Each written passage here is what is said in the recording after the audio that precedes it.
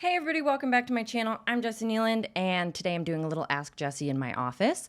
The question that I want to talk about today is, why do I feel so much worse about my body image right before my period? And this is something that a lot of folks who get periods will experience, and interestingly, often they won't even know they're experiencing it. And so I'll have to, with my clients, for example, have them start tracking, because they'll tell me, I'll start noticing a pattern like every month around the same time.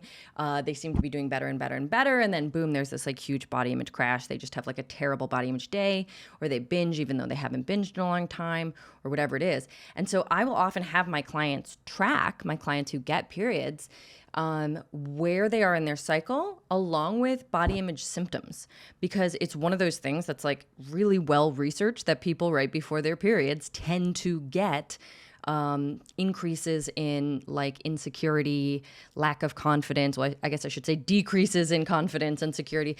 A lot of it is hormonal. It's very much like what's going on in the changes throughout a person's cycle, as far as what effect they're getting from their sort of chemical makeup during that time. And right before their period, there is, changes to testosterone drops, so all of that like rah, rah, rah energy that a person might have. Women get testosterone. We make and have testosterone. So this is not like a masculine thing. This is just a fact of all human bodies that we have testosterone. And so a lot of women don't think about that because they don't think of themselves as being like a person with a significant amount of testosterone. But a lot of testosterone affects us by making us like confident. It makes us just feel good. It makes us feel energized. And so when that tanks, a lot of times we feel like that lethargy, we feel insecure, we feel just like blah. And then at the same time, other stuff is changing, such as cortisol, which is the stress hormone, starts to go up for a lot of folks. And that makes us feel really anxious and really, with that anxiety comes insecurity, right? It's like anything that you happen to be anxious about before is now going to be magnified times 1,000. So if you already had body image issues, now is going to be the time that starts to get sort of bigger. And then also there's changes to the estrogen and progesterone that have similar effects that just make us feel worse and often will actually change our bodies. So, our brain is like both seeing something completely different because it's in this totally different mental state. And a lot of times our bodies are actually looking different because we might be retaining water or being really puffed up or bloated or, all kinds of changes can happen. There's even like really subtle changes to the face that can occur. So there's even subtle changes to the face that can occur. So even though people might feel like they're kind of going crazy, like, why do I look so different to myself? There's a good reason. You actually might look a little bit different. But it probably wouldn't be noticeable to you if you didn't then have body image issues that were like spiraling out around it, right? For example, I feel like I'm pretty darn body neutral, but I can still notice changes in how I feel about how I look hormonally. Like I can track both changes to how I actually look, which I don't feel anything about, and also to like, if there's ever a time where I get like that sort of dysmorphic warping of size where it's like normally I just see that I'm like a fairly small person. I suddenly feel like I'm very wide, and it's not even like fat. I feel like it's like I take up more space in my mind's eye, that generally is something that happens right before my period. And I don't even care. It doesn't really affect me. It doesn't like hurt my feelings or anything. It's just odd. And so that's where I say, like, if you already have issues around this stuff, it's going to get really flared up. But the changes might be going on anyway. Even if you're totally body neutral, you might still notice those changes and be like, well, that's weird. But what happens is if you have those body image issues, you have an association with, let's say, being whiter, being a horrible thing that will get you in trouble with everyone and makes you a terrible person. Like, that's obviously going to matter a lot more. So just so that you know, and to really validate, if you have a period, like, first of all, you should start tracking symptoms of body image if you think there might be something going on there, just so you can know. But also, like, it's a real thing. You are not crazy. You are not weird. You are not like broken. It is just a thing that happens. It's extremely well documented. You can Google like research body image and premenstrual, and you will find articles and research that really back this up.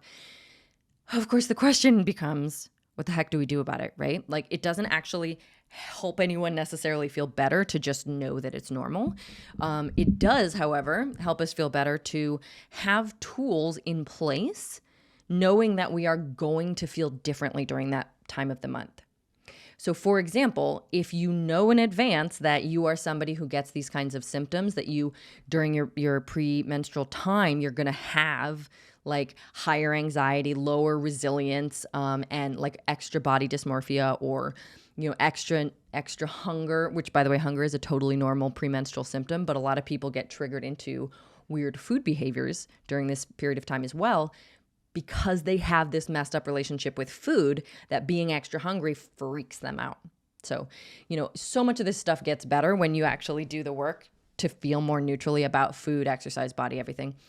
Where you feel like you can take the rest because you're more tired, and you can eat the food because you're more hungry, and you're able to trust all those signals and just know, like, this is just part of my cycle. This is just, it's okay. It doesn't impact anything. I don't have to be like rigid and fight this. It's all just normal and healthy and fine. It gets so much easier, but those changes are still there, like I said. So if you're somebody those changes are just going to be there, and you're still struggling with them, you're still having, weirdness come up around food and body and all that during that time, it's really helpful to like plan for that, like book during that week or whatever it is for you, those couple of days, book things that comfort you. Book things that bring you gentleness and joy. Book things that make you feel more present and grounded and connected. If you get anxious about people hating you, have your friends write you letters or text you a lot during those days. If you're somebody who gets, whatever it is, you can really manage this in advance if you have the knowledge that this is a cyclical thing. And when it comes to body image, I would say a similar thing is true. If you are somebody who feels a particular body image flare up during that time, plan in advance for whatever would make you feel better. And I do not mean having people compliment you on how you look, because that just reinforces that how you look is important, and you're not going to be able to see that you look okay, because you're going to be, we just have to be realistic. Like the weird hormonal filter is down. You're not going to be able to see yourself normal. So what would actually make you feel better? What would actually bring you a sense of calm and safety?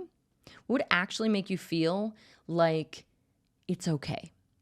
Even if you're big, even if you're bloated, even if you've eaten everything in the house and you just hate how you look right now, like what could you actually do or plan to do or have in place to address the underlying issues for why that body stuff is so important to you, for why your appearance has so much power in your life, for why you think being, bigger is a bad thing. Really address that stuff. And a lot of this, obviously, you have to do this work in between, right? Like you have to be fighting fat phobia during the other weeks of the cycle. You have to be dismantling oppressive biases inside yourself all month. But like that might be a time where instead of trying to like learn and grow and do all this stuff, you just like spend a lot of time quietly thinking about a quote that really like calms you down, or repeating a mantra that's something like, how I look is the least interesting and important thing about me.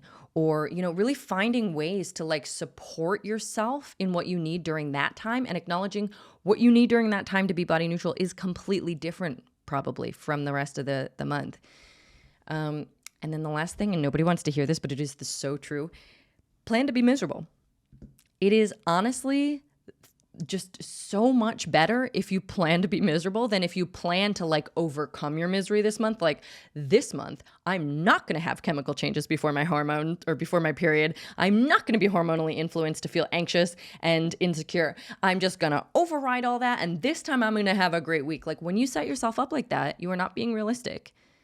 You are not seeing the world through a neutral lens, right? You are seeing it through a willfully false lens that you are going to end up hating that happens anyway. So now not only does the changes happen, and those are pretty negative, right? But now you've got self-rejection, disappointment, maybe self-loathing or a feeling of failure layered on top, which makes it so much harder to deal with, so much more to cope with. So I highly recommend, if at all possible, making it so that you can, like you have permission, maybe everybody in your life gets a text that's like, hey, between the 18th and the 21st this month, I do not want anybody to talk to me, or I want lots of messages of love, but I can't be held accountable for showing up for anybody else. whatever allows you to like settle into that time and like throw yourself a total misery party, you know, put on your stretchy pants and like watch TV all day and eat what you want to eat. And if this is available, obviously to you, you know, if you have the privilege to do these things, allow it to be a space where you accept that your brain and chemicals are doing a thing and you can't necessarily change that, but you also don't have to, because it's okay to be a bit miserable sometimes. That's neutrality, right? Like it's neutrality to say sometimes we hurt. And instead of trying to solve it all the time, I want to get out of pain, I don't want to hurt anymore. Sometimes neutrality and acceptance is just, yeah, I hurt right now. I don't feel good right now. I don't feel good about how I look. I don't feel good in my body. Maybe I have cramps. Maybe my back is achy. You know, whatever it is that's going on for you, just allow it to be instead of trying to fix it. And that's what I call planning to be miserable. I don't actually mean that you should like, I don't know. I'm not trying to make you more miserable than you are. But what I mean is plan to be as miserable as those changes are going to make you be. And don't allow yourself to fall into the trap of, I need to fix this. And if I didn't fix it this time, it's a problem. Because now you're just going to be doubly miserable. I hope that's helpful. This is a super big thing for folks who have periods and body image issues. I hear about it all the time. I hope that this was helpful. If you liked this video, go ahead and feel free to leave me a comment or question if you have one. Like my video and subscribe to my channel and turn on those notifications so you get a little ding every time I post. And I'm so grateful to have you here. I will catch you next time.